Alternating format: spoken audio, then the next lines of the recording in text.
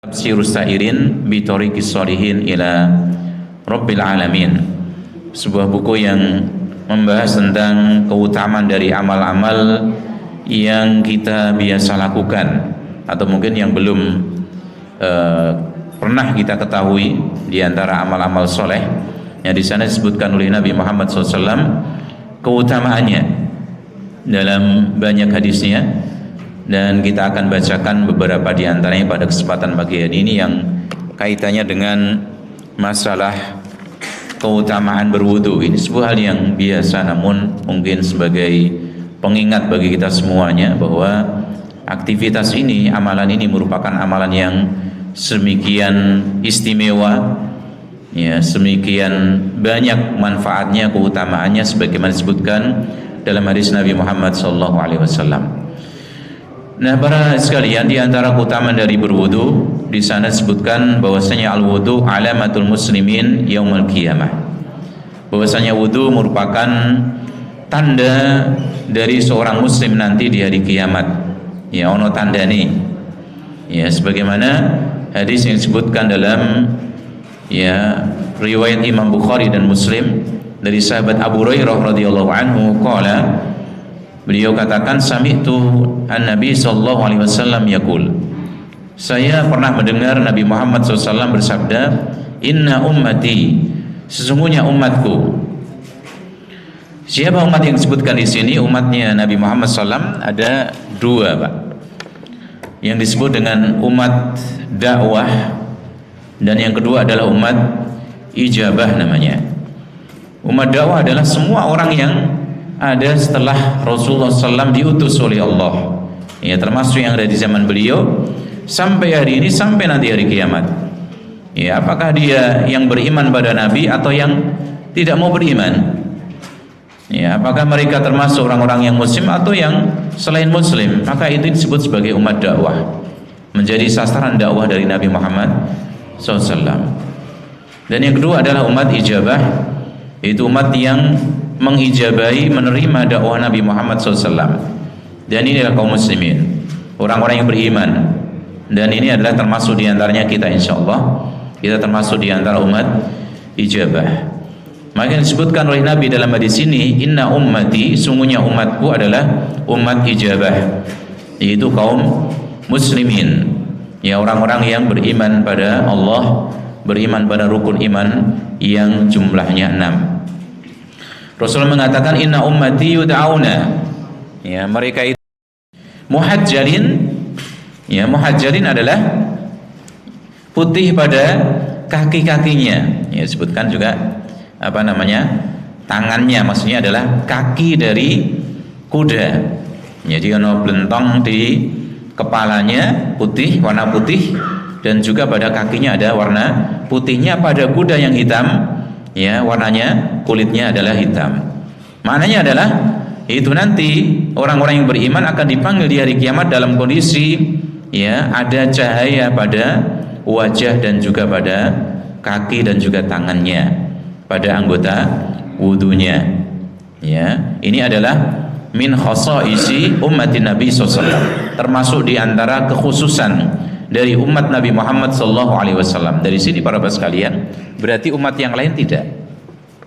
Berarti umat yang lain tidak mendapatkan ini. Yang mendapatkan siapa? Kita, kaum muslimin. Karena kita mendapatkan syariat berwudu, sehingga nanti wajah dan anggota tubuh kita insyaallah dengan izin Allah Subhanahu wa taala di hari kiamat itu bercahaya. Sehingga dengan itu Nabi Muhammad SAW isoniteni, oh iki umatku. Ya, ini disebutkan dalam hadis, ya, di sini. Sebagaimana juga ada hadis yang lainnya yang disebutkan dalam riwayat Imam Muslim, ya, dari Abu Hurairah radhiyallahu anhu, anna Rasulullah SAW atal makbarah, bahwasanya Rasulullah itu beliau datang ke sebuah kuburan bersama para sahabatnya, ziarah kubur. Dan ini merupakan sunnah Nabi Muhammad SAW. Ya, ada orang yang mengatakan kalau orang udah ngaji kadang-kadang orang belum ziarah kubur. Tidak, Pak. Tetap ziarah kubur itu hukumnya sunnah. Ya, anjurannya, ada anjurannya dalam rangka kita mengingat kematian dan mendoakan orang yang sudah meninggal dunia. Adapun ziarah kubur yang tidak boleh kita lakukan adalah satu, ngalap berkah pada penghuni kubur tersebut, atau bahkan meminta-minta pada orang yang sudah mati di dalam kubur tersebut. Maka ini nggak boleh. Yang ini tidak diperkenankan. Ini adalah termasuk hal yang termasuk kesyirikan pada Allah Subhanahu wa taala. Ini yang tidak boleh kita lakukan. Karena bagaimanapun orang yang sudah meninggal dunia itu putus amalannya. Kecuali kalau dia itu memiliki amal yang jariyah. Ya, itu pun dia sudah sibuk dengan dunia sendiri. Itu di alam barzah, di alam kubur. Ya. Adapun kita para sekalian, kita yang masih beramal, maka bagaimana kita punya keistimewaan dengan kita masih punya kesempatan memperbanyak amal soleh. Adapun orang yang sudah meninggal dunia sudah putus. Ya, nggak bisa kemudian dimintai tolong sebagaimana orang yang masih hidup kita bisa minta tolong mbok benaki gendengku ya, nong mati piye carane. Ya, sampai ada orang-orang yang disebutkan dalam sebuah, ya, ada yang ngasih caption atau apa itu Pak ya. Jadi ada orang yang berdoa minta-minta pada orang yang sudah mati supaya minta supaya penyakitnya disembuhkan sama penghuni kubur tersebut. Ini kesyirikan jelas. Padahal bagaimana orang yang meninggal tadi di kuburan tadi dulu pas meninggalnya juga karena sakit Pak. Ya. Jadi sing mati mbiyen, sing dijalui itu matinya karena apa? Sakit nemen sampai suwi. Tapi begitu mati dia dimintai supaya supaya bukan penyakitnya loh, piye terusan. Ya, kan ini enggak masuk akal gitu ya. Lalu lihat bagaimana ya ziarah kubur adalah sesuatu yang dianjurkan, disunahkan. Ya, dan waktunya terserah. Ya, sampai Nabi beliau ziarah kubur di malam hari, tengah malam. Awake dhewe kata ya ra ono iki kata ya. Ya. Nah, aku lihat bagaimana tidak ada batasan waktunya, tidak ditentukan dengan hari tertentu. Monggo silahkan. Kita pas pengen ziarah kubur. Ya. Nah, kemudian para sekalian, ya, adapun kemarin sempat ditanyakan di masjid sebelah itu, bagaimana kalau orang yang mau meninggal dunia dibacakan Yasin, ya, surat Yasin. Ini ada hadisnya. Dan jumhur ulama mengatakan dianjurkannya. Jumhur ulama, mayoritas ulama mengatakan dianjurkan. Ya, orang yang meninggal dunia supaya lebih mudah kalau misalnya dia menghadapi sakaratul mautnya. Namun hadisnya diteliti kembali oleh para ulama, sebagian para ulama mengatakan bahwasanya hadisnya lemah. Ya, sehingga bagaimana? Sehingga kalau hadisnya lemah tidak bisa kita amalkan. Ala kulli hal, kalau misalnya ada saudara kita yang kemudian membacakan surat Yasin karena dia mungkin yakin dari apa yang disebutkan oleh para ulama itu adalah hal yang sahih misalnya, maka tidak masalah insyaallah. Ini masalah yang lapang. Masalah yang lapang. Ya, karena memang perselisihannya adalah tentang pensahihan dan pendhaifan dari hadis yang ada. Namun bagi kita sendiri mungkin karena ini adalah hadisnya diteliti ulang oleh para ulama ahli hadis zaman sekarang, di antaranya Syekh Albani juga hadisnya lemah. Ya, hadisnya lemah. Sebagaimana ini juga yang disebutkan oleh Syekh bin Baz rahimahullah taala dan juga Syekh Ibnu Utsaimin. Nah, kita kembali lagi bahwasanya kaitannya dengan ziarah kubur ini, ya, ini sekali lagi bisa dilakukan di waktu kapanpun. Nah, ini Rasulullah SAW beliau bersama para sahabatnya, beliau datang ke kuburan dan beliau ucapkan assalamualaikum daraqaumin mu'minin. Ya, keselamatan kesejahteraan pada kalian ya negerinya ya kaum muslimin, orang-orang yang beriman. Wa inna insyaallahu bikum lahikun. Dan sungguhnya kami insyaallah akan segera bertemu dengan kalian. Ya. Dan kemudian Rasulullah mengatakan, ya, wajidtu ana qad ra'ayna ikhwanana. Saya ingin sekali untuk bisa bertemu dengan saudara-saudara kami. Ya, saudara-saudara kita. Maka para sahabat Nabi mengatakan yang ada di sebelah Nabi Muhammad SAW, qalu awalasna ikhwanaka ya Rasulullah. Ya Rasulullah, bukankah kami ini adalah saudara-saudaramu ya Rasulullah? Maka Rasulullah kemudian mengatakan, qala antum ashabi. Kalian itu adalah sahabat-sahabatku. Wa ikhwanuna alladhi lam ya'tu ba'du. Adapun saudara-saudara kita adalah orang-orang yang belum lagi datang. sing sok mben burung ketemu karo Nabi. Ini adalah apa? Ya, saudara-saudara dari Rasulullah SAW dan para sahabat. Maka kemudian para sahabat bertanya kepada Rasulullah, qalu kaifa na'rifu atau kaifa ta'rifu man lam ya'ti ba'du min ummatika ya Rasulullah? Bagaimana Anda bisa mengetahui ya dengan orang-orang yang datang setelah kita nanti dari umatmu ya Rasulullah? Ya, iso kenali bagaimana nanti di hari kiamat.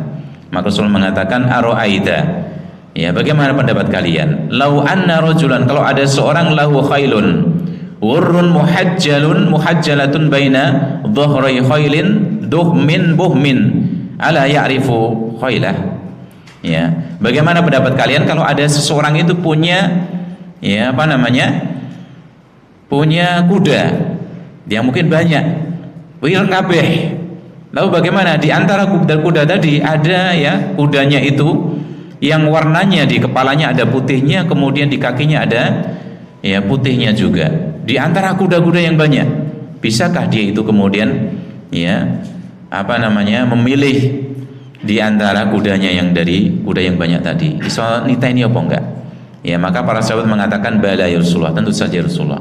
Bisa, dia akan bisa mendapatkan kudanya dari berbagai macam kuda. Yang hitam tadi ada satu kuda miliknya yang ada putih di kepalanya dan di kakinya. Iso nita ini gampang banget. Ya.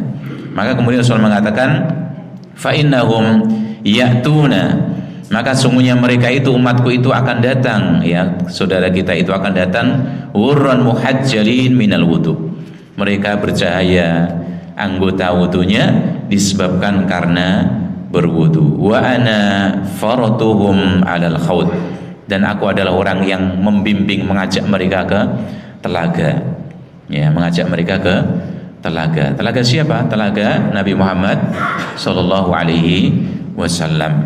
Nanti yang diperuntukkan ya untuk umatnya nanti di hari kiamat nanti.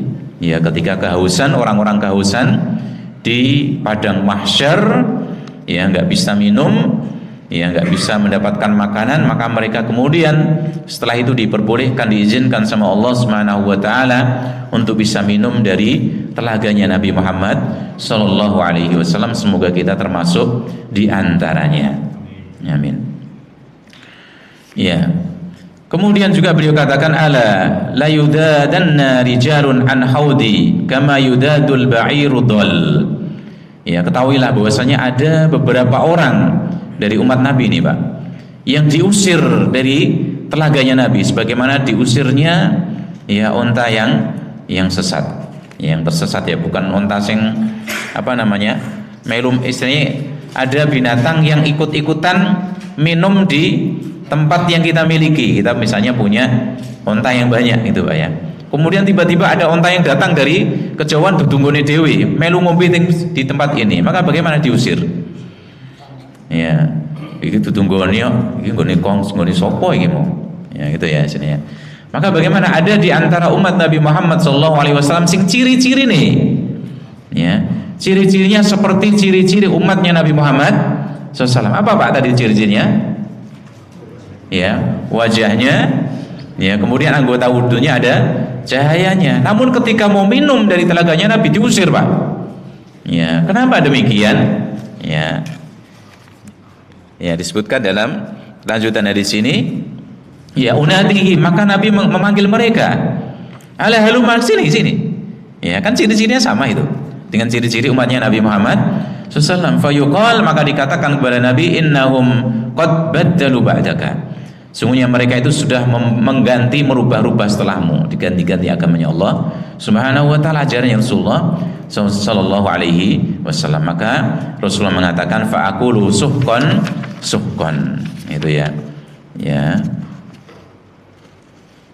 Sangat apa namanya dijauhkan dari ya dari rahmatnya Allah Subhanahu wa taala. Ini menunjukkan bagi kita semuanya, bagi setiap muslim hendaknya dia berusaha untuk mengikuti ajaran Rasulullah sallallahu alaihi wasallam. Jangan sampai dia buat-buat ajaran yang baru yang tidak ada contoh teladannya dari syariatnya agamanya Allah Subhanahu wa taala. Karena bagaimana kalau demikian nanti bisa diusir dari telaganya Nabi Muhammad sallallahu alaihi wasallam. Termasuk yang demikian adalah orang-orang yang ya memiliki ya keyakinan yang ya menyimpang dari keyakinan Rasulullah sallallahu alaihi wasallam, ajarannya Rasulullah dan para sahabatnya.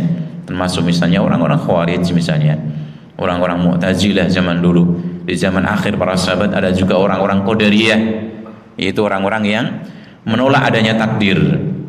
Enggak ada yang ditentukan, kata mereka. Padahal Rasulullah menyebutkan dalam hadisnya bahwasanya takdir para makhluk sudah dituliskan 50.000 tahun sebelum diciptakannya apa Pak? Langit dan bumi. Termasuk kita hari ini iso kumpul di tempat ini, kita bisa ngaji, kita bisa beramal soleh, sudah ada catatannya 50.000 tahun sebelum menciptakannya langit dan bumi. Ini juga sebagai penghibur bagi mereka yang mendapatkan musibah, mendapatkan ujian dari Allah Subhanahu wa taala sing abot. Ya, ujian macam-macam, ada yang mau dikasih sakit, dikasih kesempitan macam-macam, dia akan bisa lebih sabar. Karena apa? Sing tak lakoni iki yang saya dapatkan wis ditentokke wit zaman biyen. Ya, tugasku gerek sabar. Syukur-syukur iso ridho. Ya, karena ridho itu di atas sabar. Ya, dan yakin bahwasannya ya setelah ini mesti ada kebaikannya. Ya, setelah ada kesempitan mesti ada kelonggaran, kelapangan dari Allah. Tidak cuma satu kelapangan, bahkan ada 2 kelapangan pada setiap kesempitan, kesulitan. Ini diyakini insya Allah ya Allah Subhanahu wa taala tidak akan pernah ya berbeda dari apa yang kita duga padanya. Kalau kita asumsi kita ya kita menyangka pada Allah itu sangkaan kita baik ya, dan kita berupaya ya sesuai dengan persangkaan baik kita tadi, ya tetap sabar, tetap ridho, hati kita nerimo dengan takdirnya Allah, lisan kita juga demikian, tidak mengumpat, tidak mencaci maki takdirnya Allah. Ya, perbuatan kita juga menunjukkan bahwa kita sabar, dekat-dekat dengan Allah, minta bantuan dengan sholat, dengan sabar kita, maka bagaimana kita akan dapatkan Allah seperti yang kita duga itu. Ana inda dzanni 'abdi bi.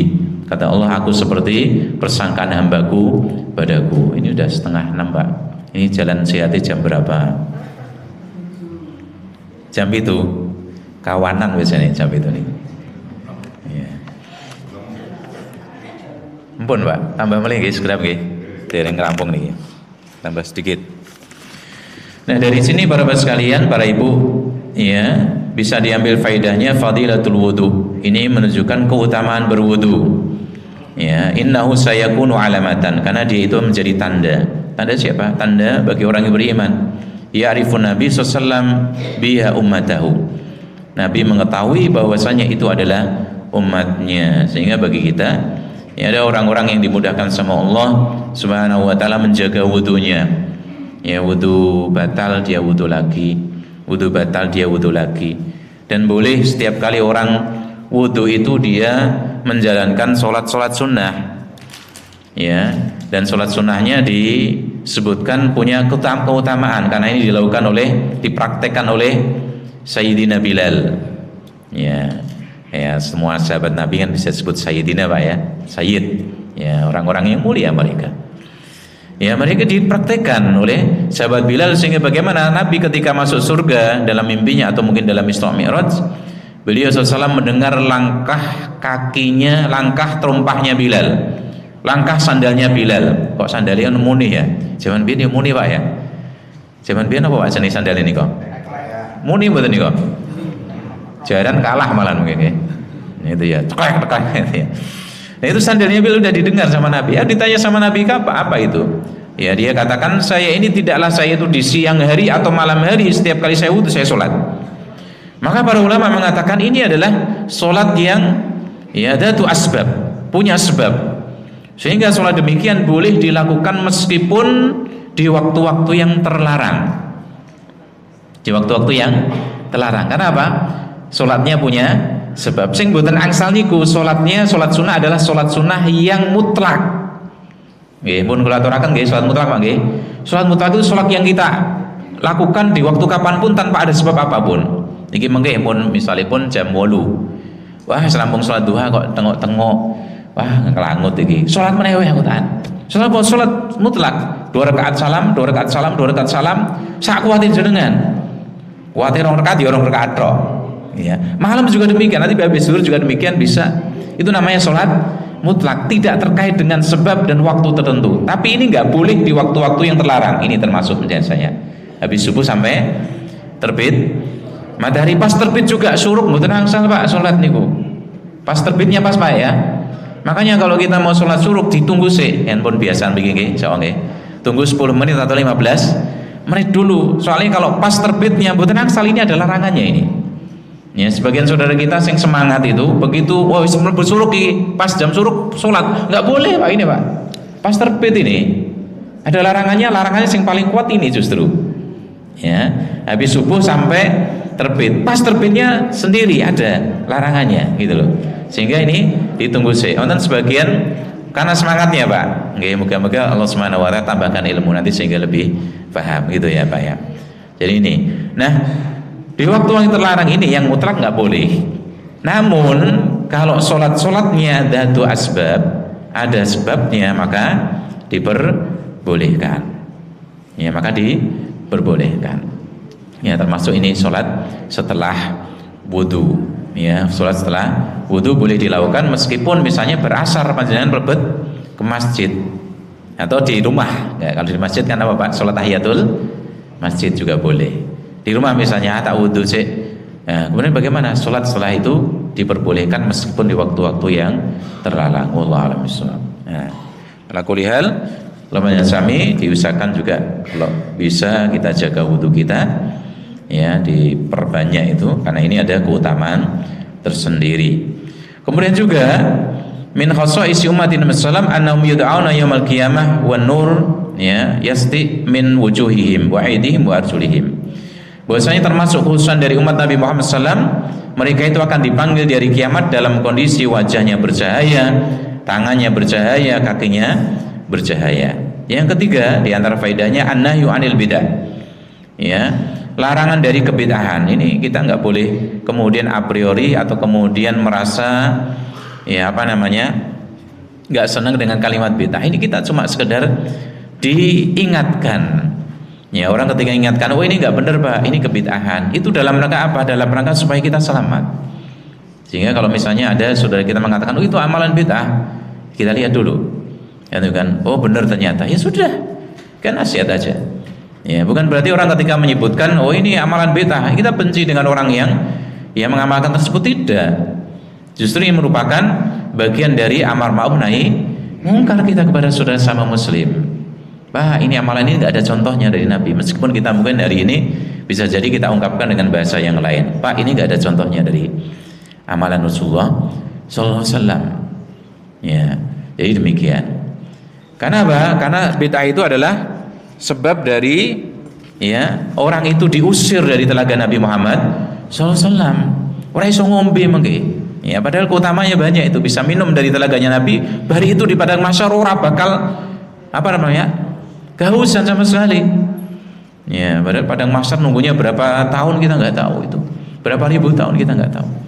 Ya, setelah minum dia tidak akan kehausan selamanya. Ya.